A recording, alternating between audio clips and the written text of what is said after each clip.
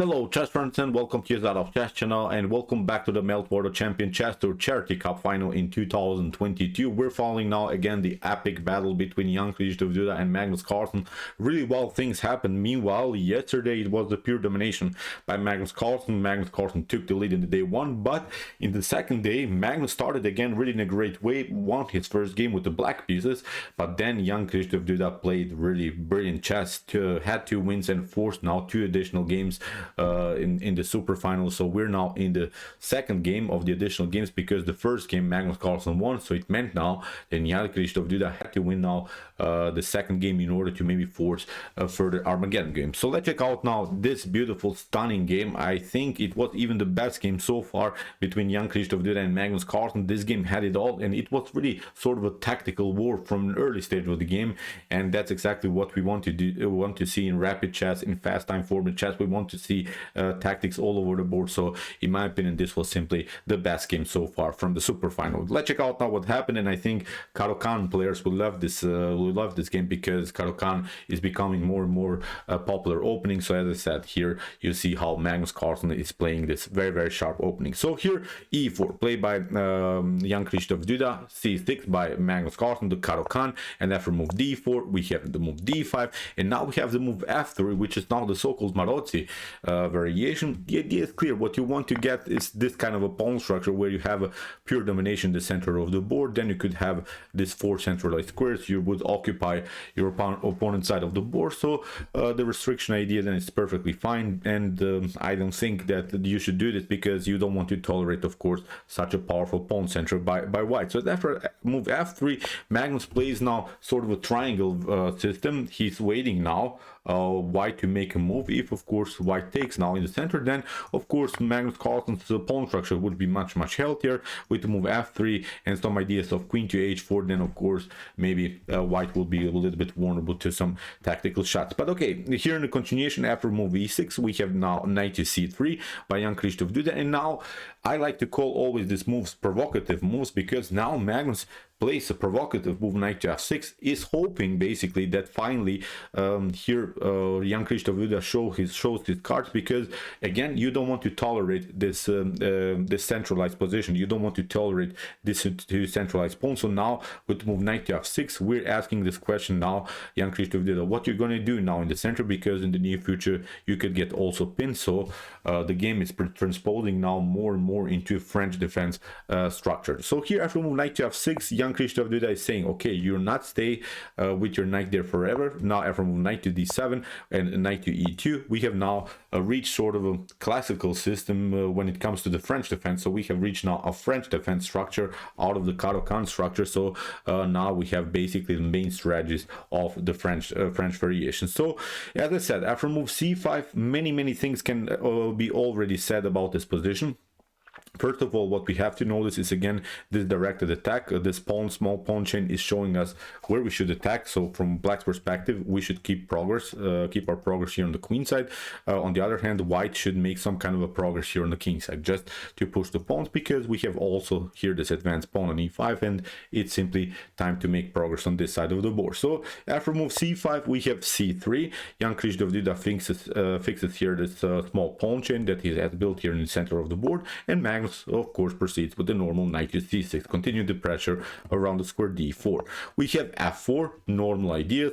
So in some occasions we want to now proceed with f5 g4, knight to f3, kingside castle, maybe even h4 h5. So basically what we want to do from white's perspective is just push pawns on the king side. So we have here bishop to e7, knight to an f3, and here after kingside castling, Magnus secures the king. So we have now h4 immediately by young Krzysztof Duda.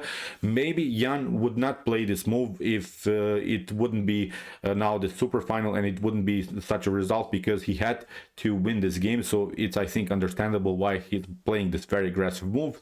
There are many better moves. You can play bishop to e3, normal development, then try knight to g3, bishop to e2, kingside castling. So you can play maybe a calmer game, but here he played already a very aggressive move. As I said, it's maybe not the best suggested move, but I like his choice because he's saying now I have to make something in this game if I want to stay in the super final. So here after move h4, Magnus plays now a very important move, and it's very common, this move for French defense ideas, because you don't want to tolerate again the space advantage that white has built here. So if, for instance, e takes f6 happens, then still we can play knight to f6. Okay, maybe we have sort of a weakness here around the square e6, but also we have to say that white has also some problems around the square e4. So many times white doesn't want to lose this pawn center, white doesn't want to lose here this advanced pawn that he had on e5. So that's why many times after move f6, white is staying with the pawn like this and simply tries different ideas, hopes after f takes e5 that still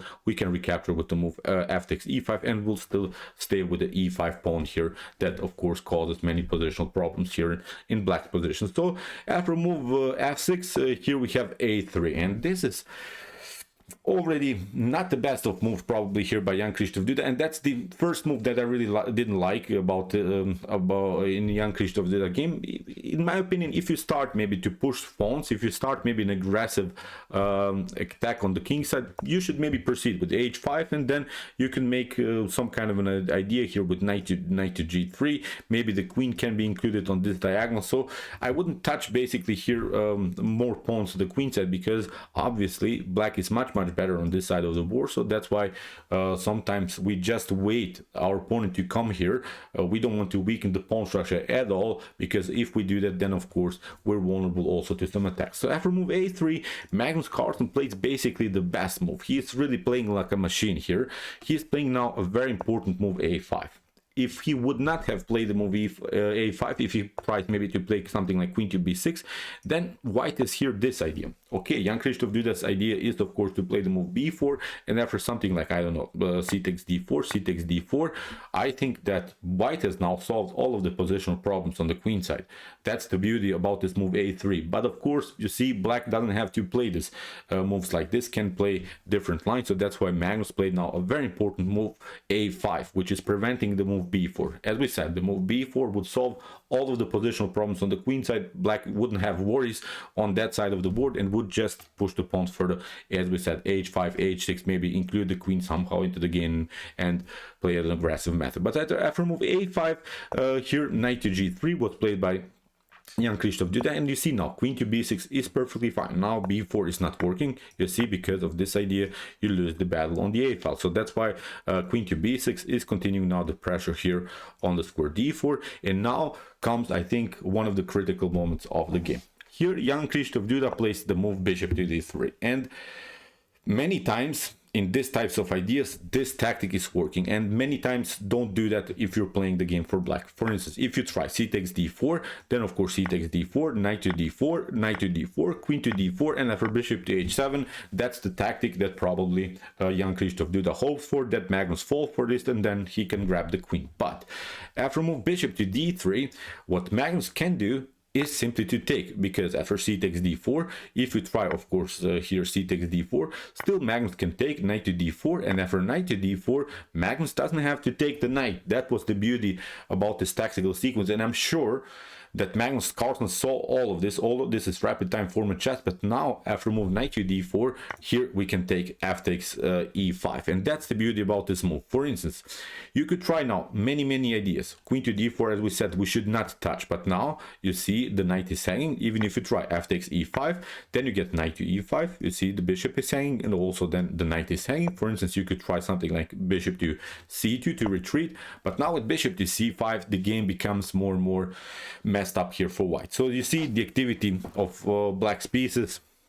Knight can come into the game, very nice battery. The rook is cutting off the potential castle here by white. The b2 is weak, so too many weaknesses. In the near future maybe the bishop can also be included into the game. What you could do maybe is some kind of idea to play something like here knight to e2, but now with knight to d7 we can reroute and here try something like e5, making further progress, and I think this is then a playable position. So as we said, here after move bishop to c5, 5, this could be a comfortable game for black. But here after move knight to d5 and f takes e5, what you could do maybe is here this kind of an idea to play knight on f3, but again with e4 for instance you can play the fork. You can also try maybe something like knight to b3 to escape, but it's not even better because still you can push further with the move a4, maybe knight to d2, and now with queen to e3 you see also the knight on g3 is hanging. So again, this is simply game over for white. So you see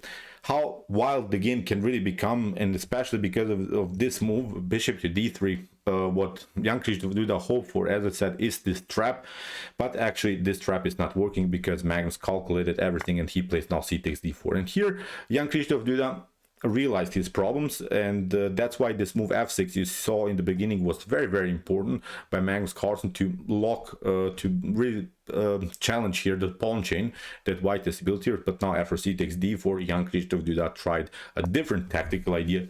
He tries now a very aggressive move, knight to g5, and the problem is now if you take f takes g5, then you get a beautiful tactical shot, bishop to h7. You get the Greek gift. That was also very beautiful here by young Krzysztof Duda. This would be a possible tactic, but this wasn't played in the game. Magnus knows his tactics, believe it or not. He's not falling for this. So here, for instance, if you try king to h7, then h takes g5, then if king to g6 happens, then you get checkmated. So you're forced here to play something like king to g8. But now with g6, this is now very important. We are creating now new attacking opportunities on the h file. And now what black needs to do in this position is just to sacrifice more pieces just to create some kind of an escape route for the king. Of course white can take, now you have to even play rook to e8 just to create some breathing spaces for the king, but still queen to h5 we can proceed here, queen to g7, and now even rook to h8 I think is a comfortable game here for white. So as I said, with the move knight to g5, Magnus realized that he could lose here the battle around the square h7, so that's why here he tried h6, kicking away the knight, and knight to e6. You see the rook is hanging, but now a beautiful tactical shot by Magnus Carlsen, knight to e5, and this causes now new problems in the position. The knight is hanging on e6, so that's why if you take, okay, here Magnus can also take the knight on e6, and here I think it's a comfortable game again for black, especially because of the fact that the white king is here still stuck on e1, and there's nothing that can be done. In a couple more moves the e file will get opened, the d file will get open, so it's simply too much pressure here on both of these files. So that's why after move knight to e5, young Krzysztof Duda tried a knight to f8, we have knight takes d3, queen takes d3, and now bishop to f8 here by Magnus Carlsen. And now comes again a critical moment of the game. Here young Krzysztof Duda has only one move that could help him, that could prolong the game a little bit, and it's really wild move. It's really hard to find this move because the only move that you have to make is this move rook to b1. And you see now why is it so important to play the move rook to b1, because this rook is getting on the same file where already the queen is. And now for instance, if something like bishop to g4 happens, this is a clear idea. We want to include the rook into the game to attack further. If the king gets on f2, then of course some ideas of d takes c3 could work, maybe some discoveries against the king on f2. So now in this particular scenario, actually white can calculate, and this would be suddenly a good position maybe for white again. At least white I think can defend this position, even if Magnus Carlsen would have played maybe here the move d takes c3, still it doesn't matter because still you have the opportunities to play bishop to e3. But even if black plays now the move d4, still you can play b takes c3, and now you see this idea comes with a direct attack against the queen. So it's very important to play the move rook to b1.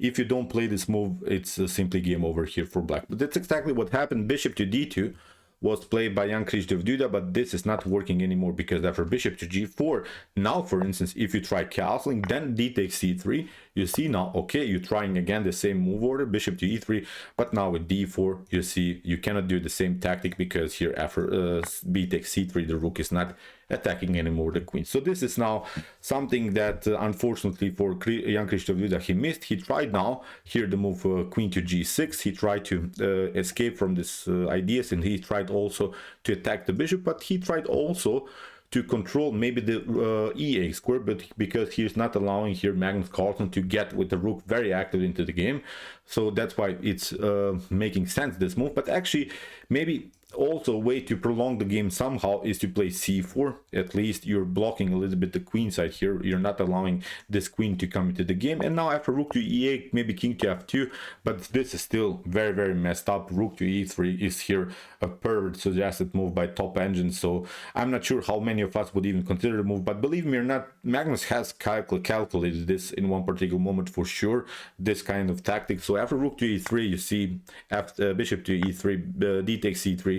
Now you have to step back from the defense, because if you take, of course, then you get something like a bishop to c5, so this is not working. For instance, you have to, as we said, step back, but now even with e2, you see the game is really, really wild. You have to escape with the king, but now queen to f2, really a wild position. Even if you try something like queen to d5, look at this, is really now just a suggested line by Top Engines. This is not something that I made up here, this is really brutal calculation. Here you could try maybe bishop to d6 to prolong the game here around the square f4, and I still think that this is game over simply for white. The tactical battle will be lost around the square g3, so as we said, this is simply game over. So really many tactical shots that Magnus Carlsen has prepared here, really wild calculations. So it was really a brutal game so far. So as I said, this was our calculations after potential c4 move.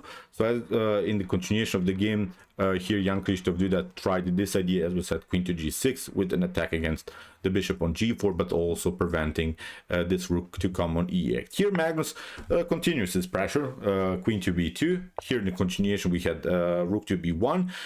Now maybe finally kingside castling should be an idea, but now with f5, this bishop can be cemented for a while, and now still this bishop is hanging, so it's again a weird position here for black. So in the continuation after queen to b2, here young Krzysztof Duda tried rook to b1, attacking the queen, because you see this is a good connection. But now a beautiful counter attack here by Magnus Carlsen. This is immortal chess. Rook to e8, counter attack, really beautiful stuff. If you take, of course, here queen to e8, then you get queen to b1. You have to play something like king to f2. Look at this beautiful calculations by Magnus Carlsen, really wild stuff. So even if you play king to f2, still you're not so you have not solved all of the positional problems here. Now queen to c2 could happen. Notice that the bishop is on the same rank. You can maybe try king to e1, but it doesn't help you, because you get queen to d1 again with the same tactic, and you lose the piece. Of course, queen to e2 is not working because the bishop is covering that square. Even if you try queen to e1, it's not even better because of this move, d takes c3. Look at this, more really beautiful tactics by Magnus. You still lose the bishop and it's game over. I'm sure that Magnus calculated everything here. He was in such a good shape here in this tournament. He played really beautiful chess. So after move rook to e8, here young Krzysztof Duda realized that he has some problems. Played now king to f1, and Magnus simply takes. We have queen to e8 now by young Krzysztof Duda, but now queen to f4. Look at this, how beautiful this rook sacrifice was back by Magnus Carlsen. He sacrificed now more pieces. Now you have to play king to g1. Now Magnus takes the knight on g3. We have rook to b7, and you see now young Krzysztof Duda is trying to get the queen into the game here on f7, but now comes the stunner, knight to e5, and believe me or not, in this position young Krzysztof Duda resigned. Really bravo. This was really beautiful chess. Knight to e5 is, first of all, solving all of the positional problems around the square f7. That's the beauty about this move. And now you could just prolong the game. You could maybe try rook to b2. Now d3. Look at this moves. Really wild stuff. Now the pawns are rolling again. King to f1. You have to step back from the attack, because also here knight to f3 is now serious tactical threat. So you have to play something like king to f1, but it doesn't help you, because still with queen to e3, we're threatening now d2 and then d1, the potential promotion. So you could maybe try something like h5, bishop to e2. Here it's bishop to f3. You can play maybe bishop to f1 now, but now with queen to c1, you see you have to play something like this. We can simply play a check. You still have to play king to e3, and now after a couple more moves, this would be a checkmate on g2. Maybe this wasn't the pure calculation by Magnus, but I'm sure that he would find these moves on the board as they would come that to him, because this is not easy to calculate everything, but he saw probably some tactical sequences in the game. And congratulations, as we said, after move, let's go back here, after move rook to b7 and knight to e5. In this position, young Krzysztof Duda resigned. So what you say about this game? I really enjoyed it so much. It was an incredible tactical game played by both sides, and congratulations also to young Krzysztof Duda. He played really brilliant chess, especially in day 2, in which he won 2 games against Magnus Carlsen. But you see how Magnus played this game. This was simply like stockfish, alpha zero stuff, really Immortal chess, especially in fast time format chess. So congratulations to Magnus Carlsen for winning a new tournament, because every tournament that Magnus Carlsen has played so far in 2022 he won, which is also something that we have to mention. I'm really sick sometimes to watch these comments in the media. Magnus is over, Magnus doesn't want to play anymore. Still, Magnus Carlsen is the best player in the world, so don't underestimate the strength of Magnus. This is really wild how he played the game. Look at these tactics that he pulled off in this game. Really immortal chess. So okay, I hope that you enjoyed the game like I did. I really enjoyed it so much. If you want to see more brutal attacks like this, check out my Come to Chess games, so in which we have covered also some different tournaments so far. And if you want to see maybe the top engines battling it out also in their most brutal games, so check out my Come to Chess games played by computer series, with some more games played by Alpha Zero, Lila Zero, Stockfish, and many more. And if you like this content, don't forget to subscribe to my channel. See you soon with some more videos, and chess is the best, of course.